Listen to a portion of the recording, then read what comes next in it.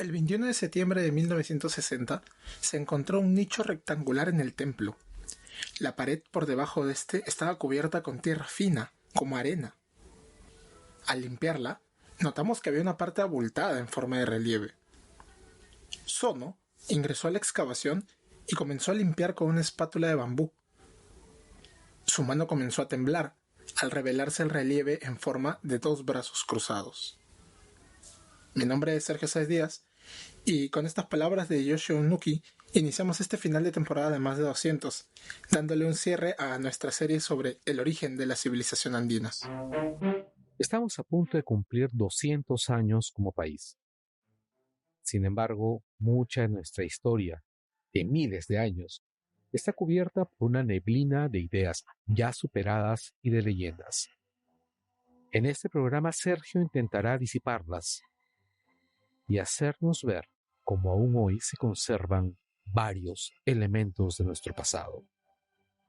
Aprenderemos que el Perú tiene más de 200 años. Julio Cetello ya había visitado el Valle del Huallaga, en la actual región de Huánuco, en sus misiones arqueológicas de inicios del siglo XX.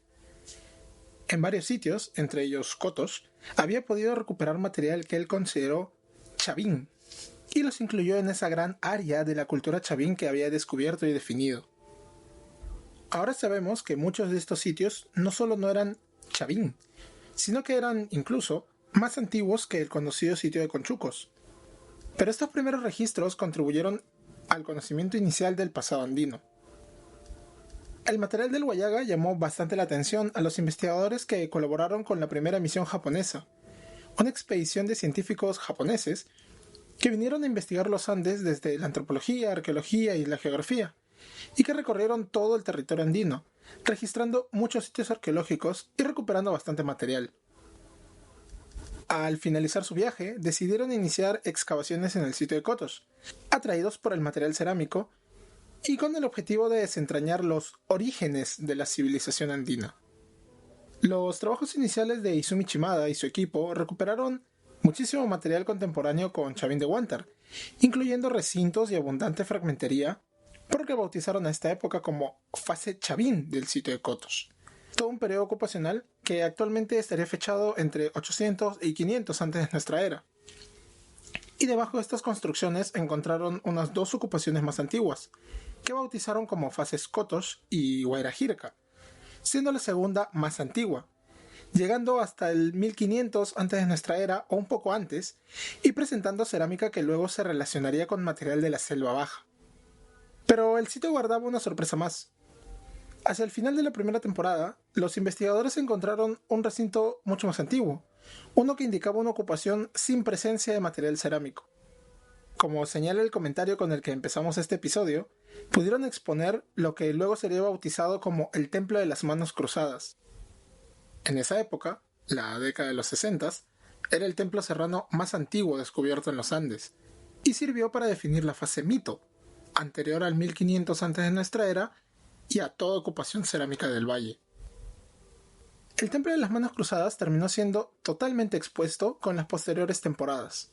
Era de planta cuadrangular, con 9.5 metros de lado, con una altura de hasta 2.85 metros, unas paredes externas pintadas de rojo y las paredes internas de blanco, junto con el piso. Este templo no estaba aislado, sino que formaba parte de un conjunto de 3 plataformas que fueron renovadas a lo largo de la fase mito. La primera ocupación tenía el templo blanco en la plataforma inferior y un edificio aún enterrado debajo del Templo de las Manos Cruzadas en la plataforma media. En un segundo momento estas estructuras fueron enterradas y se construyeron otros 2 recintos en la plataforma inferior y el Templo de las Manos Cruzadas en el medio. Finalmente un nuevo par de recintos cubrió los anteriores y se construyó el Templo de los Nichitos, sobre el de las Manos Cruzadas, siendo esta la última ocupación de la fase mito. La plataforma superior, lamentablemente, estaba completamente destruida gracias a la gran trinchera construida en tiempos coloniales en busca de tesoros, que terminó destruyendo el montículo principal de Cotos. Quizá aquí se encontraron los recintos principales de Cotos durante esta y las demás fases, pero ya no podemos registrarlos. Por otro lado, la cultura material asociada a estos edificios era bastante escasa: semillas de frijol, palta, mazorcas de maíz y algunas figurinas de barro, no mucho más. Esta fase mito no tiene un fechado absoluto y durante mucho tiempo solo se supo su posición cronológica relativa. Por ello, si bien sabemos que es anterior a la aparición de la cerámica, en torno al 1500 antes de nuestra era, la fecha de la primera ocupación sigue sin definirse, más aún si consideramos que el sitio no fue excavado completamente hasta llegar a terreno estéril. Como ya comentamos en el episodio sobre Caral y el Norte Chico, los hallazgos de cotos sirvieron para definir dos tradiciones importantes para los estudios andinistas: la tradición religiosa cotos y la tradición arquitectónica mito. La primera, planteada por Richard Burger y Lucy Salazar, era demasiado amplia y solo consideraba la presencia de fogones dentro de los recintos descubiertos para este periodo. En el segundo caso, Elizabeth Bonnier pudo definir varias características específicas, las cuales pasaré a ahondar en esta ocasión. Recintos de planta cuadrangular como forma básica, un piso a desnivel con un fogón central en donde se encuentran restos de cenizas, probablemente de las ofrendas quemadas, y este piso suele tener un ducto de ventilación que permite mantener el fuego durante bastante tiempo. Hay una presencia de nichos, de los que lamentablemente no conocemos qué objetos se colocaron, y la práctica de la renovación de templos, que consiste en la cubierta cuidadosa de los recintos, protegiendo el fogón, el piso, los nichos y las esculturas, para luego elevar la plataforma y construir un nuevo edificio con las mismas funciones. En otras palabras, sobre el anterior templo se construía uno nuevo con las mismas características. Esta renovación de templos se mantuvo a lo largo de toda la fase mito, lo que llevó a la monumentalización del sitio, aumentando su volumen. Esta práctica también la podemos observar a una escala mucho mayor, por supuesto, en el caso de los sitios del Norte Chico, como Caral o Cerro Lampai, en donde las pirámides fueron ganando más y más volumen, haciendo la salvedad de que las tradiciones arquitectónicas son muy distintas, por supuesto. Pues bien, los hallazgos de cotos, ¿qué significaban? ¿Qué cultura, qué población había construido este recinto? ¿Y cuán complejos o civilizados eran? La ocupación de la fase mito es tal cual he descrito: unos cuantos recintos, grandes, eso sí, pero recintos finalmente, que no son comparables con la monumentalidad que observamos en los valles de Supe y Fortaleza, o con Ventarrón en Lambayeque. Pero Cotos tampoco era único en el Valle del Huallaga. La misión japonesa logró registrar otro templo mito en el sitio de Shiakoto, actualmente afectado por el crecimiento de la ciudad de Huánuco, y dos recintos con fogón y piso a desnivel en Guairajirca. Y es probable que existan más en la región o en zonas cercanas. Además, esta tradición mito, que parecía restringirse solamente a la Sierra Central,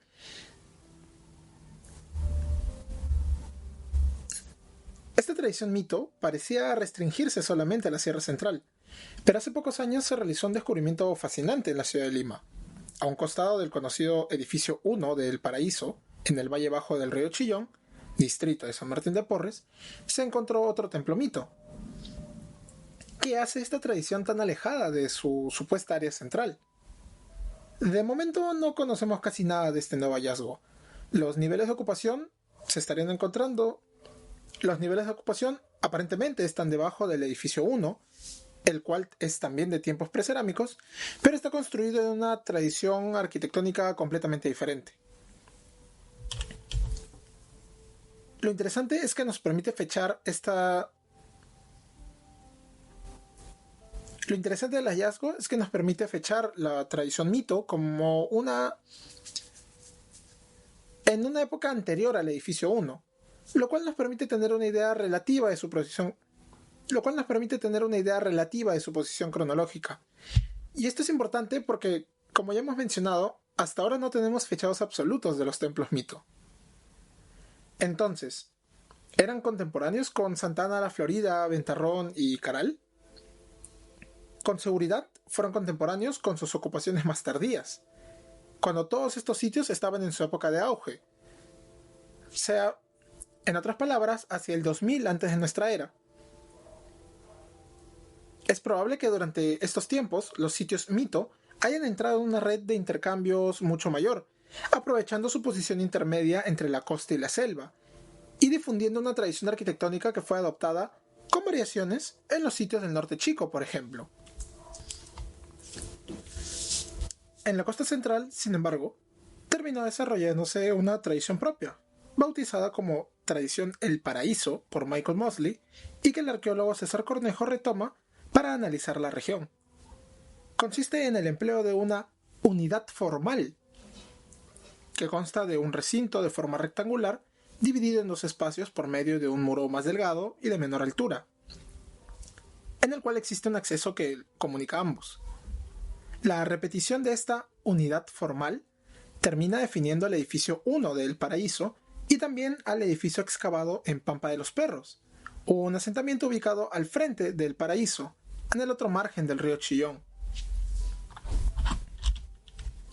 También tenemos el caso de Buenavista, el observatorio astronómico ubicado en el Valle de Chillón, río arriba del Paraíso y Pampa de los Perros. Es interesante notar que en Buenavista no solo está presente la tradición El Paraíso, sino que también se encontraron esculturas de barro, una característica que no aparece en ningún otro sitio de la costa central y que nos recuerda más bien a los relieves de Cotos.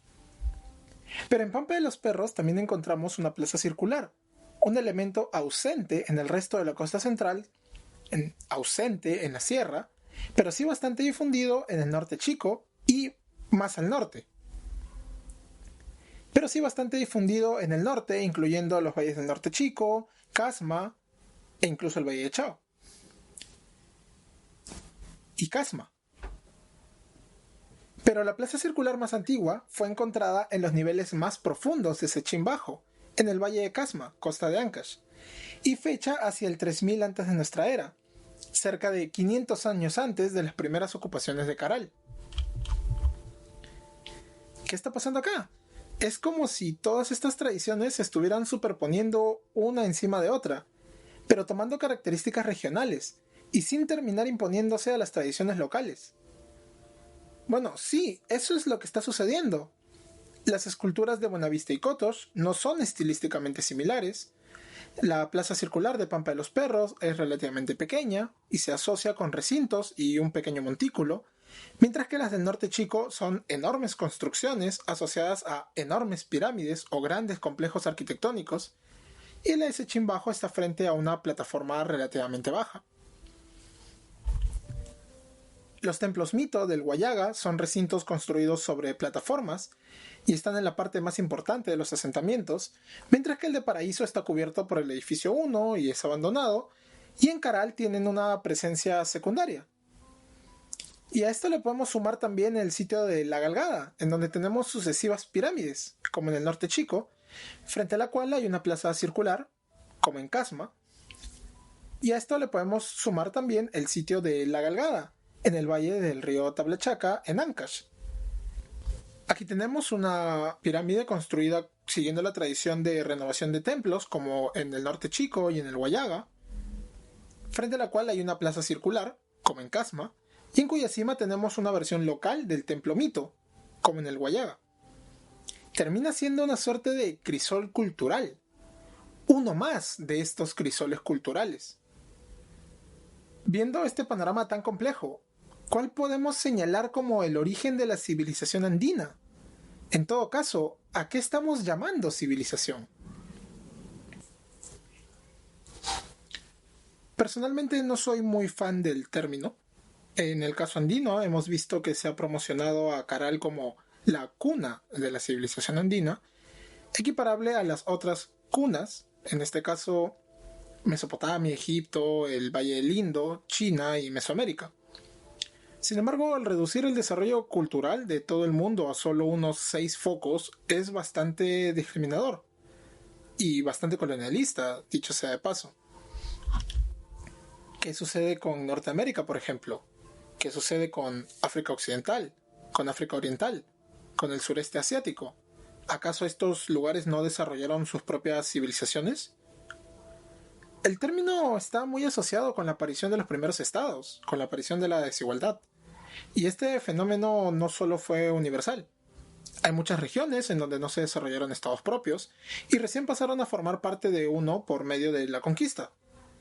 Es lo que vimos en el caso del Valle del Mantaro, por ejemplo. También sucede que la aparición de los estados o de la desigualdad social aparece más tardíamente en otras regiones, como sucede en el caso de como sucede como sucede en el caso de los estados del África Occidental, que luego entrarían en las grandes redes comerciales de Eurasia. Pero estos también son desarrollos autónomos y no zonas periféricas de las supuestas cunas de la civilización. Por supuesto que este es un debate muy lejos de estar cerrado, pero justamente creo que es importante reconocer la importancia de todo tipo de sociedades en el desarrollo sociocultural de regiones tan grandes. En el caso de los Andes, se ha propuesto a Caral como la cuna de todo lo andino, de manera similar como Tello propuso que Chavín lo era a inicios del siglo XX. Pero como hemos visto en esta serie, son varias las regiones las que aportaron elementos culturales que fueron cambiando y o desapareciendo con el paso del tiempo. Hay procesos fallidos también, como sucedió en el Norte Chico. ¿Qué pasó con Caral, con Áspero y con los demás asentamientos del Valle de Supe y de Fortaleza? Hacia el final del formativo inicial, los sitios fueron abandonados en un proceso muy poco conocido actualmente.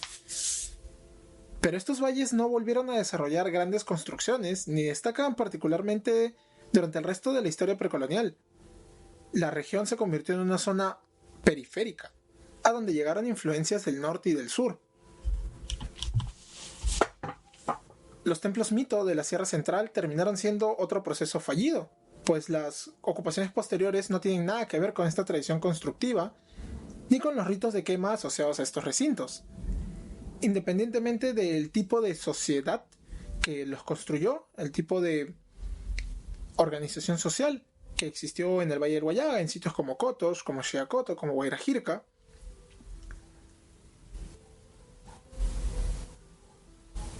eventualmente la población terminó abandonando estos asentamientos o construyendo nuevos. Eventualmente la población terminó construyendo nuevos edificios completamente en unas tradiciones completamente diferentes, que quizás también nos habla de cambios a nivel sociopolítico. Y de nuevo, que no hayan construido grandes pirámides no los hace menos civilizados respecto a lo que sucedía en el Norte Chico o en Lambayeque. Respecto a lo que sucedía en otros lugares. En la actual frontera peruano-ecuatoriana, el proceso es desconocido. No conocemos muy bien qué siguió a la cultura Chinchipe Marañón, pero sí sabemos que para el primer milenio antes de la era común, antes de nuestra era, ya habían desaparecido los elementos que la habían caracterizado. En Lambayeque, en cambio, se continuó construyendo edificios monumentales que poco a poco fueron evolucionando en lo que conocemos ahora como la cultura copisnique, tal como lo planteó Ignacio Alba. Y acá en la costa norte también llegaron elementos foráneos como las botellas de hace estribo que aparecen tempranamente en la zona de Chinchipe Marañón. En la costa central sí se continuó construyendo edificios monumentales, pero iniciando otra tradición, la de la cultura Ancón, como la bautizó Hermilio Rosas, o Manchay, siguiendo a Richard Burger. Y también surgieron nuevas regiones como Casma y el complejo Sechín, que incluye el edificio más grande de América en ese momento, y Cajamarca con sitios como Pacopampa y Huacaloma. Todos estos ejemplos son muy diferentes entre sí, y por ello considero, nuevamente, que es bastante simplista reducirlo a una sola civilización andina. Más aún si agregamos todas esas regiones intermedias que han recibido poca atención de parte de los investigadores por la ausencia de arquitectura monumental. Por ejemplo, en la Puna de Junín ya se habían domesticado los camélidos hacia el 4000 antes de nuestra era. Este proceso lo tocaremos en detalle en un futuro episodio, pero lo importante en este caso es señalar que es justamente gracias a estos animales que se pudieron establecer las caravanas que permitían el intercambio interregional. Como si no iban a transportar madera desde la selva a la costa, solo por mencionar un ejemplo. Lamentablemente no tenemos evidencias directas del uso de caravanas de camélidos durante el formativo inicial. Pero sí sabemos que a partir del 2000, antes de nuestra era, época en la cual eran contemporáneas Ventarrón, Caral, Santana de Florida, Cotos, El Paraíso, La Galgada y Buenavista, los camélidos ya habían sido domesticados. Así que no podemos descartar esta posibilidad.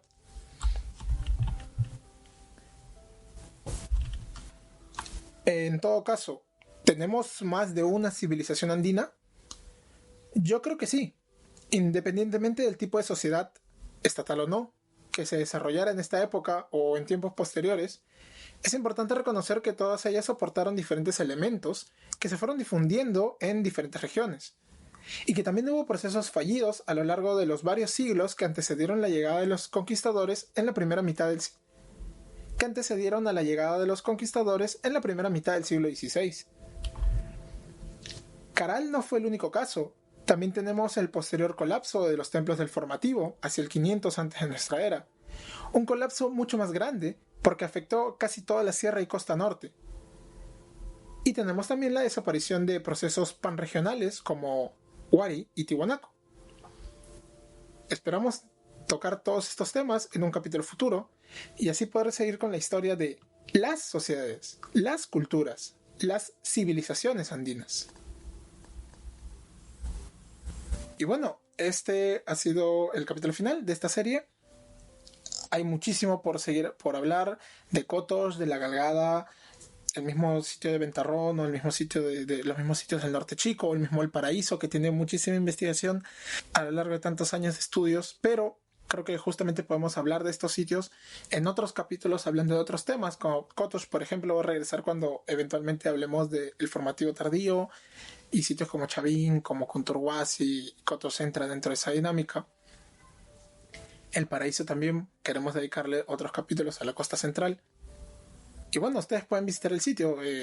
Cuando salgamos de todos estos problemas por la pandemia, el Paraíso está en la misma ciudad de Lima y pueden llegar hasta la entrada en la altura de Gambetta con el río Chillón, y de allí toman una moto y los lleva al sitio del Paraíso, donde ha habido muchos trabajos de investigación. Falta todavía muchas publicaciones, pero se han excavado más edificios y bueno, cuando se tenga más información a la mano, poder hablar sobre esto y poder seguir conversando sobre lo importante de este sitio en la historia de esta región.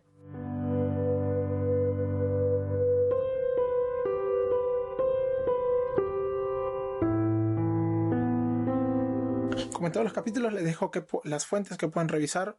Ahora, en este caso, mucho del trabajo es bastante técnico y un poco tedioso de revisarlo. Por ejemplo, los trabajos clásicos de Cotos son de Izumi y Sono, Andes 2, excavaciones en Cotos, y de Izumi y Terada, Andes 4, excavaciones en Cotos.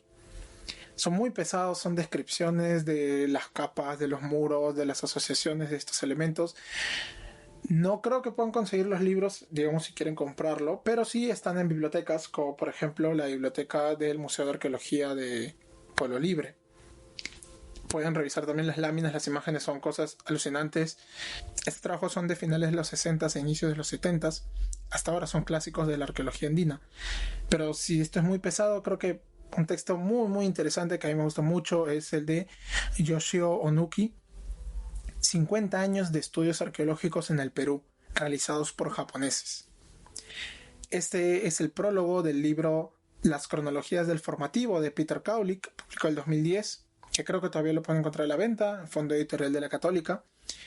Y bueno, acá Onuki, que fue estudiante cuando empezó la misión japonesa y luego pasó a dirigir el mismo proyectos como el de Conturhuasi, Onuki pasa a contar toda la historia del proyecto, las personas que vinieron, las anécdotas, los descubrimientos, qué sitios se trabajaron, qué problemas tuvieron.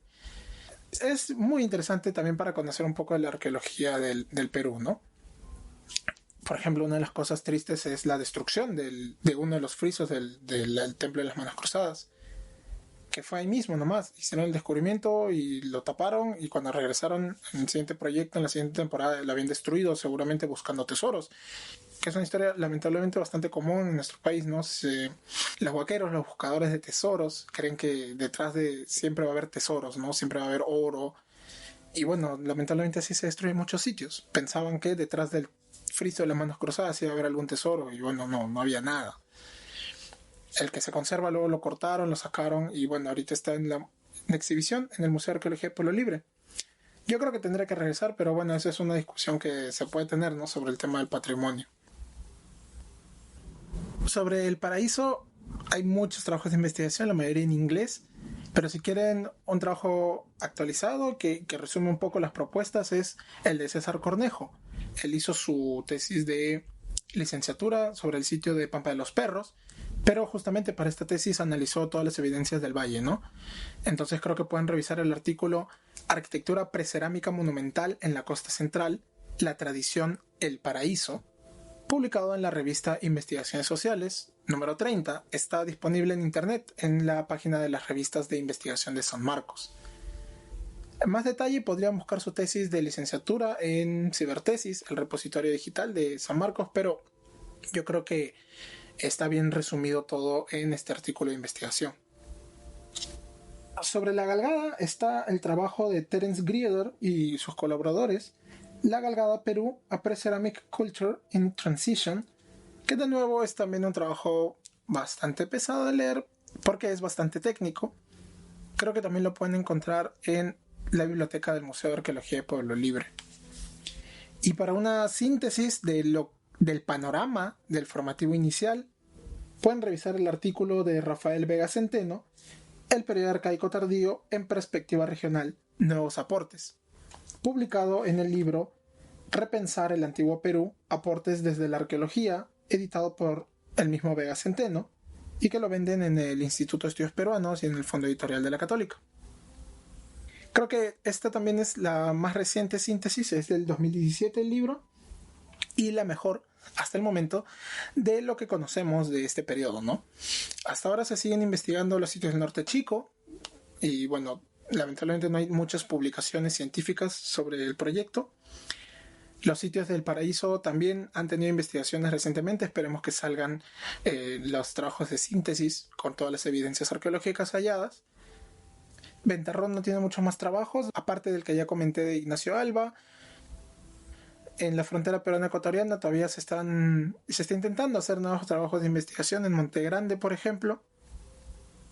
Los sitios del Valle de Huallaga recientemente también han sido objeto de nuevas investigaciones. César Sara, arqueólogo del Ministerio de Cultura, ha expuesto sobre la limpieza de algunos de los perfiles de las excavaciones antiguas y se ven los niveles debajo del Templo de las Manos Cruzadas, que también hay más templos, y han tomado muestras para fechar. Así que esperemos estas nuevas publicaciones para ver si al fin tendremos fechados absolutos para los niveles de la fase mito. Y hay nuevos trabajos que están haciendo. Como digo, el Valle del Huallaga tiene muchos sitios interesantes para comprender la historia de este periodo.